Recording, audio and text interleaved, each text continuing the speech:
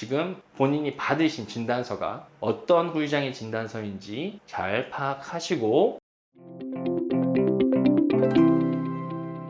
안녕하십니까. 보험금 청구의 기술 구독자 여러분 반갑습니다. 저는 보청기의 정효준 팀장입니다. 우리가 지금 후유장애에 대해서 계속 이야기를 하고 있습니다. 오늘 이야기할 주제는 후유장애에서도 어떤 진단서를 발급해야 합니까? 라는 질문을 많이 받기 때문에 그에 관한 내용을 좀 설명드리고자 합니다. 이제 실수를 많이 하시는데요. AMA 진단서를 제출해야 되는데 맥브라이드를 제출하시거나 맥브라이드를 제출하셔야 되는데 AMA 진단서를 제출하시는 경우, 이런 식으로 엇갈려서 이렇게 청구를 하게 되시면 이 진단 비용도 새로 이제 추가가 되고요. 그리고 청구도 다시 해야 되는 이런 불상사가 발생합니다. 그렇기 때문에 한번 청구하실 때 정확하게 아시고 청구하는 게 중요하겠죠. 자, 후유장애 진단서 종류 이렇게 나와 있는데, 오늘 우리가 이야기할 부분은 AMA 방식과 맥브라이드 방식, 이 두 가지를 중점적으로 이야기해 보도록 하겠습니다. AMA 방식은 생명, 개인, 단체 손해보험에서 주로 사용되고요. 맥브라이드식 후유장애 진단서는 교통사고 배상 책임, 근제보험에서 사용됩니다. 왜 이렇게 나눠져 있을까요? 그 구분에 대해서 한번 이야기해 보도록 하겠습니다. AMA 먼저 살펴보실게요. 우리 개인이 다쳤습니다. 그렇다면 누가 그걸 보전해 주나요? 보험사와 계약이 없다면 그 누구도 보전해 주지 않겠죠. 보험사와의 계약이 있기 때문에 보전을 해주는데, 이 보험사가 궁금해하는 것은 개인이 어느 정도의 제한 정도를 가지고 있느냐, 그래서 그 장애 정도 때문에 얼마만큼의 지급률로 보험금을 산정해야 되느냐, 이 부분에 포커스가 맞춰져 있습니다. 그렇기 때문에 보험사는 개인의 어느 정도의 장애 정도인지를 정확하게 파악할 필요성이 생겼고, 그 필요성 때문에 나온 것이 AMA 장애 진단입니다. 맥브라이드 설명을 들으시면 조금 더 명확하게 이해가 되실 겁니다. 우리가 타인에 의해서 장애가 발생했습니다. 그러면 원래라면 어디서 이걸 다퉈야 될까요? 법원이죠. 법원에서는 타인에 의해서 손해가 발생한 것, 얼마만큼의 손해가 발생했느냐, 이것이 궁금합니다.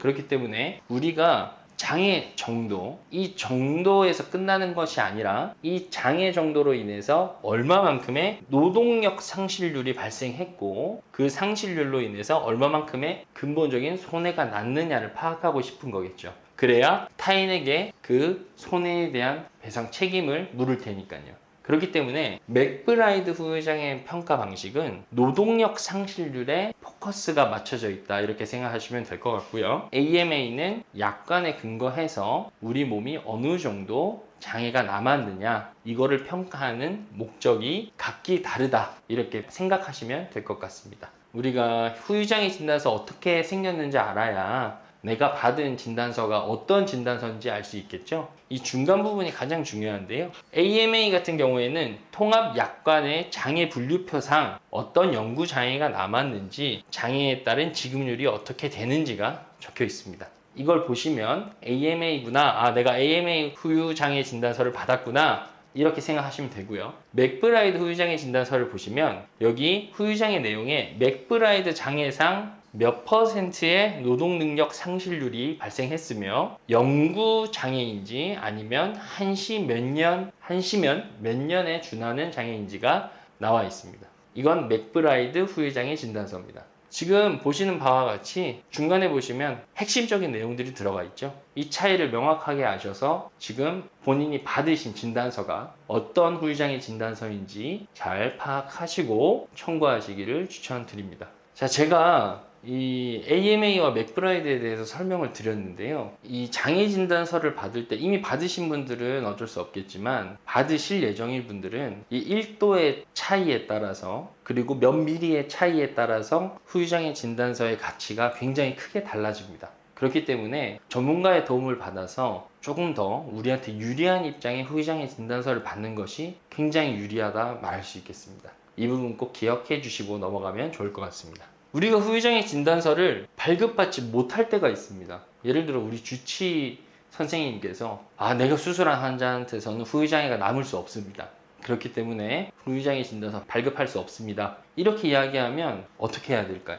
우리는 제3의 병원에서 진단서를 발급받는 방법밖에 없습니다. 이런 경우에는 제3의 병원이라면 제가 꼭 좀 강조해서 말씀드리고 싶은 게 그냥 동네 다른 병원들을 찾아다니시는 경우가 있는데 결코 추천드리지 않고요. 종합병원 이상 더 상급 병원에서 진단서를 발급받는 것을 추천드립니다. 그래야 그 진단서의 신뢰성이 높아지고 보험사에서도 받아들여질 확률이 더 높아지기 때문입니다. 보험사에서 후유장애 진단서를 우리가 발급받아서 갔는데 인정해주지 않을 때도 있습니다. 이럴 때는 대부분 동시감정을 진행하게 되는데요. 이럴 때는 병원의 선정이 굉장히 중요한 역할을 합니다. 그래서 어느 병원에서 동시감정을 진행할지에 대한 이 치열한 싸움이 필요한데, 여기서 이 손해사정인들의 도움을 받으셔가지고 조금 더 유리한 병원, 조금 더 친화적인 병원을 찾아가셔서 동시감정을 진행하는 것이 여러분들이 후유장애에서 조금 더 보험금을 많이 받으실 수 있는 방법이라고 저는 생각합니다.